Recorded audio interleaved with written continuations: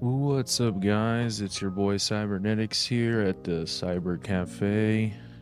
Today we got a Moka Pot instructional video, basically me showing you how I make a Moka Pot Espresso for my girlfriend and I. And I hope you guys enjoy it. Alright guys, so first thing we're going to need here is our Moka Pot. And we're just going to make sure everything is in here. Yep, there's our basket. Got that. Got our little water container here. Get this lip off. And there's our filter. Alright, we got to make sure we got our Aeropress filters. This is actually really important. These Aeropress filters, me personally, I love them because they prevent the coffee grounds from getting in. That little metal filter works to a degree, but it's not that great. Alright.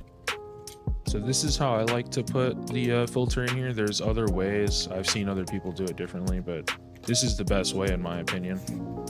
And just make sure you put it on top of the metal filter. And then you're gonna have to like hold the paper down. Make sure you crease it in real tight. Basically, since we don't need this, I'm just gonna screw it back on. And basically it'll make it nice and even tighter for when we're ready. Set that aside. Gonna get our coffee grounds here.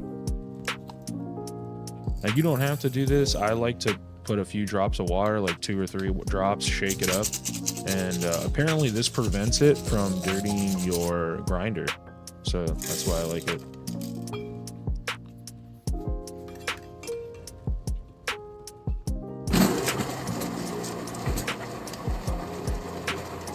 Now, I put 18 grams into the grinder, and I don't really weigh it on the way out. I don't think it's that necessary. You know, your equipment is only as good as your coffee. So I would say make sure you spend more on the coffee than you do the equipment, especially starting out. But 18 grams should be more than enough for 2 people in a Moka Pot.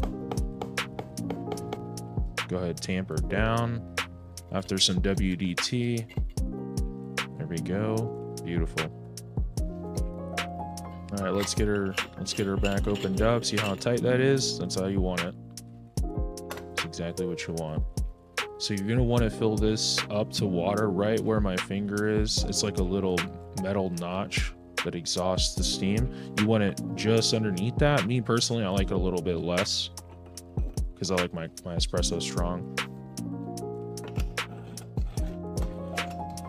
So let's screw this back on and get her on the heat. Turn on the fire. Now, you don't have to have a gas stove to do this. You can do this with electric. But really what you want to look out for is this hissing sound right here.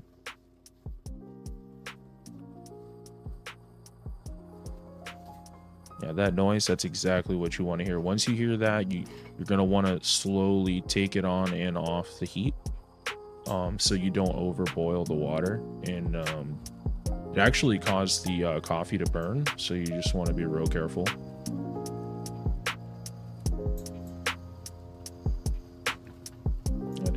Had to get a good grip there, you know. It's actually really hot on my hand. That's why you see me kind of off-centered there, but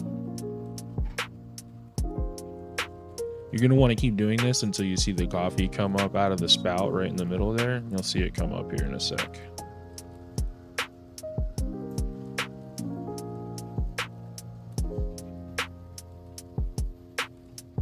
There she goes. In my opinion, this is the best way to make espresso without you know, some super fancy machine. And I really enjoy it, especially when I'm making coffee for my girlfriend and I.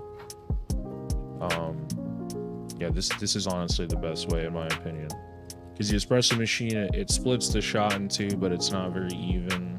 You know, this is a much better way, a much easier way.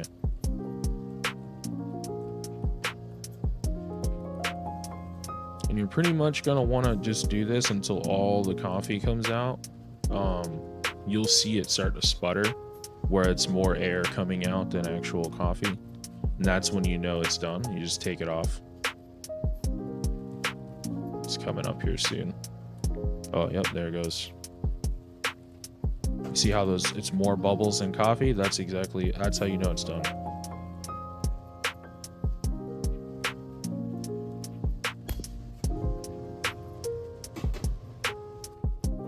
I'll just get these poured out for myself and my girlfriend.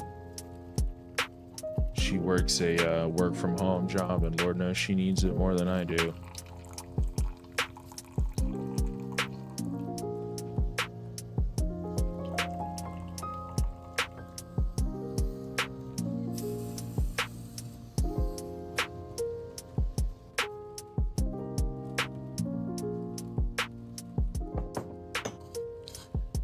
So yeah, I like to steam my milk. You don't have to, but I like to. There's also a bunch of other ways to get like a foamy milk. You can use one of those handheld, I don't know what they're called, like a whisk. It's like a handheld motorized whisk. You can use that and it works really well with some hot milk there. But this is just how I like it. I prefer it this way. Oh yeah, look at that pour, baby.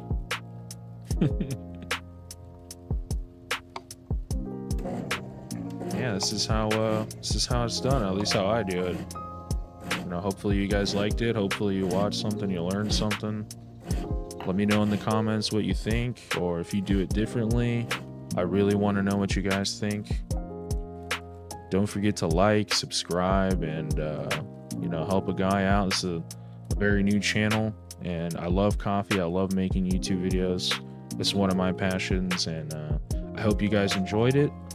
And this is Cybernetics with the Cyber Cafe, signing off. Peace.